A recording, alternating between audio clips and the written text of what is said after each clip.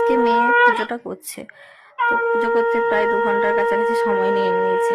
অনেকটা সময় নেয় ঠিকই, কিন্তু পুজোটা খুব সুন্দরভাবে করে। তখন আমি ওদিকে কাজ করছিলাম বলে তখন আমি ভিডিওটা করতে পারিনি। তারপর এসে দেখছি ওর পুজো হয়ে গেছে, তখন শাঁখ বাজাচ্ছে। আমরা ওইখান থেকেই শুরু করি। তো দেখো কেমন পুজো করেছে, কেমন সাজিয়েছে গুছিয়েছে, একটুখানি বলবে। পুজো করানটা আর দেখাতে পারিনি, জাস্ট সাজিয়েছে, এটাই তোমাদেরকে আমি দেখালাম লাস্ট মুহূর্তে। ছেলেও পড়তে গিয়েছিল, চলে এসেছে। 12টা 10 মতো বাজে, বললাম চান করে না, আজকে চান করে তারপরে খাবি। তো তোর বোনই প্রসাদ দিয়ে দিল। আর এখানে আমি হলুদ ছাড়া সাদা আলুর তরকারি করেছি, শুধু টমেটো আর কাঁচা লঙ্কাই হিং টিং ফোড়ন দিয়ে এভাবে ওদেরকে করে দিয়েছি। আর পরোটা করে দিয়েছি। আমি খাবো না এখন। আমি ওই যে সাবু ভিজিয়ে রেখেছি, চান টান করি, তারপরে ওটা আমি ভালো করে মেখে ওটা খাওয়া দাওয়া করবো।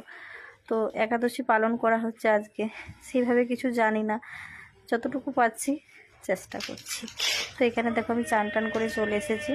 আর এখানে যে সাবুর উপরে মানে ফল টলগুলো ভালো করে কুচিয়ে নিই, এবারে মেখে খাওয়া দাওয়াটা করবো। তো ছেলে তাড়াতাড়ি এসে গেছে, বলছে মা আমি কিন্তু খাবো। আমি বলছি হ্যাঁ খাবি তো অবশ্যই।